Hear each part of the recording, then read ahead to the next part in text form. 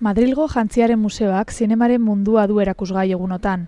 Hain zuzen ere, Agora, Alejandro Amenabar zinemagilearen azken filmearen hainbat jantzi ditu erakusgai. Erakusketa urriaren 25 arte egongo da zabalik.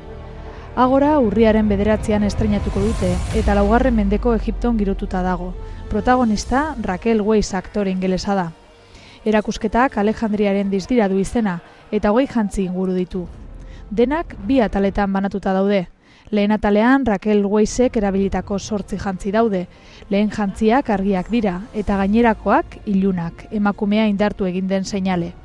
Erakusketaren 2. atalean beste 12 jantzi daude, garai hartako kulturen erakusle.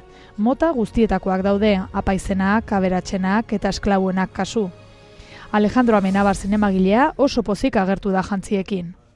Es un trabajo, yo creo, maravilloso, el que se ha hecho en vestuario y bueno, se nos dio la oportunidad y que sí, yo creo que siempre es interesante ver cómo se hacen las cosas, ¿no? Entonces aquí puedes tener una idea de cómo se ha diseñado el vestuario de la película. Jantzien egilea Gabriela Pescucci da. Diseinatzaileak Oscar bat irabazi zuen The Age of Innocence Martin Scorseseren pelikulako jantziekin. Pescucik informazioa bilatu behar izan du museoetan jantziak egiteko, baina batez ere ideiak lortu behar izan ditu hainbat kulturetatik, hala nola Erromako mosaikoetatik, Antzinako Greziatik eta Talibanetatik.